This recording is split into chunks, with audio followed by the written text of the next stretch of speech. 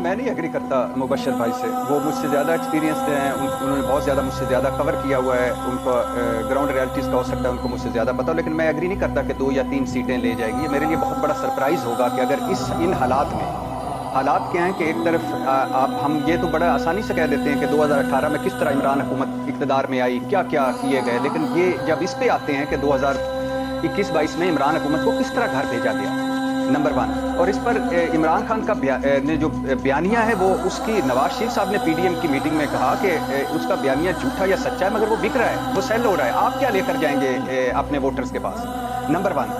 یہ اس پہلے مرحلے میں آپ یہ چھوڑ دیجئے, یہ چلو یہ ہم اس پہ بات نہیں کرتے کہ یہ حکومتیں اس طرح کرتی ہیں. آپ سمجھتے رہتے کہ عمران خان جہاد اور انقلاب کے لیے آ رہا ہے, یا جہاد اور انقلاب کے لیے آپ کو ڈنڈے مارنے چاہیے, ناصرہ اقبال کے گھر میں گھسنا چاہیے, یاسمین راشد کو, اور اس طرح ماؤں کو, اور اس طرح بچوں کو, اور اس طرح آپ کو ان کو مارنا چاہیے, مرد اہلکاروں کو. اگر ہم میں سے کسی گھر میں, کسی خاتون کے گھر میں مرد اہلکار بنا وارنٹ گھر پھلانگ کر اندر داخل ہو جائے تو ہم کہیں کہ جی ہم چونکہ انقلاب لانا چاہتے تھے, آئیں ہماری عورتوں کو ماریں, آپ شیلنگ کریں اس طرح.